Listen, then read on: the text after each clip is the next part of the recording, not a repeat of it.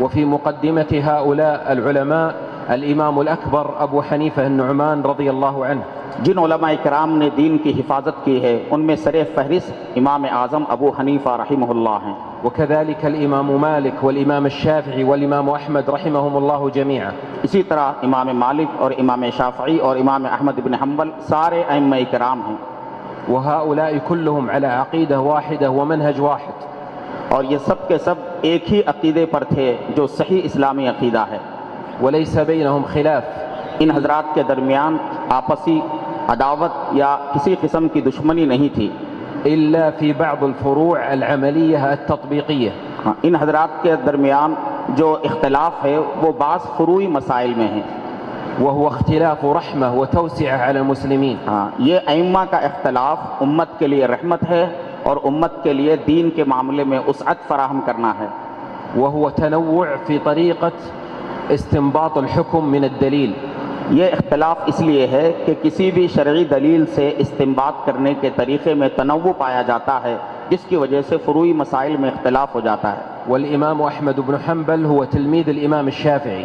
امام احمد بن حنبل امام شافعی کے شاگرد ہیں، والإمام الشافعي هو تلميذ الإمام مالك. اور امام شافعی امام مالک کے شاگرد ہیں. والإمام مالك كان في المدينة وأبو حنيفة كان في الكوفة فلم يتيسر بينهم اللقاء. امام مالک رحمہ اللہ مدینہ منورہ میں رہتے تھے اور اسی زمانے میں امام ابو حنیفہ کوفے میں رہا کرتے تھے، اتفاق سے دونوں کی ملاقات نہیں ہو سکی.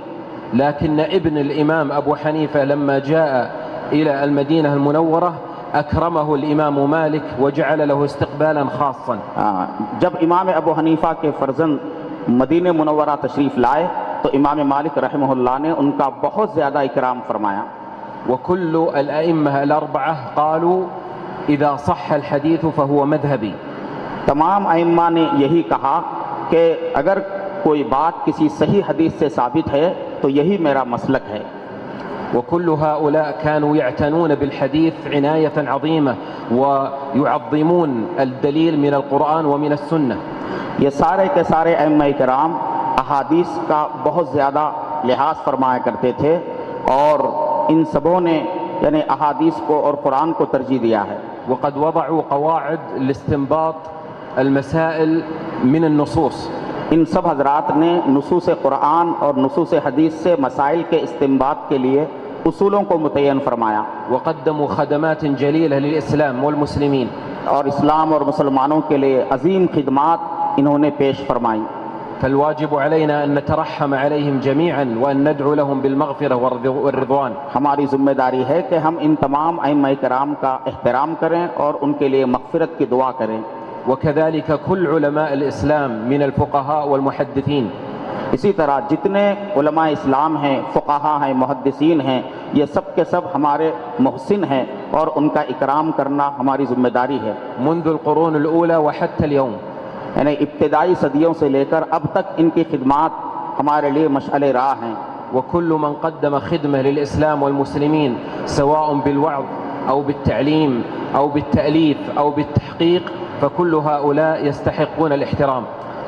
جتنے خدام اسلام ہیں کسی بھی طریقے سے جنہوں نے دین کی خدمت کی ہو، چاہے تعلیم کے راستے سے یا تبلیغ کے راستے سے یا نشر و اشاعت کے راستے سے، یہ سب کے سب دین کے خدام ہیں اور ان کا احترام کرنا ہماری ذمہ داری ہے.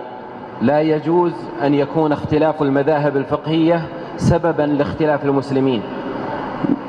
فقہی مسالک میں جو اختلاف ہے وہ اختلاف مسلمانوں میں عداوت کا ذریعہ نہ بنے، اس کی وجہ سے مسلمان آپس میں ایک دوسرے سے دشمنی نہ کریں. إن الله تعالى يقول وإن هذه أمتكم أمة واحدة. اللہ تبارک و تعالیٰ فرماتا ہے کہ بے شک یہ تمہارا طریقہ ہے جو بالکل ایک ہی طریقہ ہے.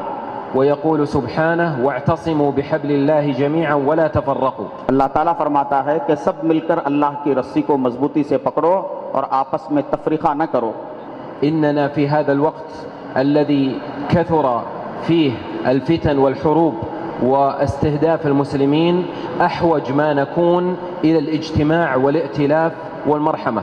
اس وقت جبکہ فتنوں کا دورہ ہے اور خانہ جنگی کی صورتحال ہے اور امت مسلمہ بہت زیادہ خانوں میں بٹ رہی ہے، ہمیں سب سے زیادہ جس بات کی ضرورت ہے وہ یہ کہ ہم اپنی صفوں میں اتحاد پیدا کریں اور اپنے شیرازے کو بکھرنے نہ دیں، والبعد عن كل أسباب التفرق والاختلاف، اور تفریقہ پیدا کرنے والے اور امت کو بانٹنے والے جتنے اسباب ہو سکتے ہیں ان سے دوری اختیار کریں، والتمسك بأسباب عزتنا وقوتنا والاجتماع على الكتاب والسنة، اور ہماری عزت اور ہماری طاقت کا جو ہے اصل سرچشمہ یہ ہے کہ ہم کتاب و سنت پر متحد ہو جائیں، والاستماع إلى نصائح علمائنا وتقدير العلماء من السابقين واللاحقين، اور تمام علماء چاہے وہ متاخرین ہوں یا متقدمین ہوں، سب علماء کا احترام کرنا اسی میں ہماری کامیابی ہے۔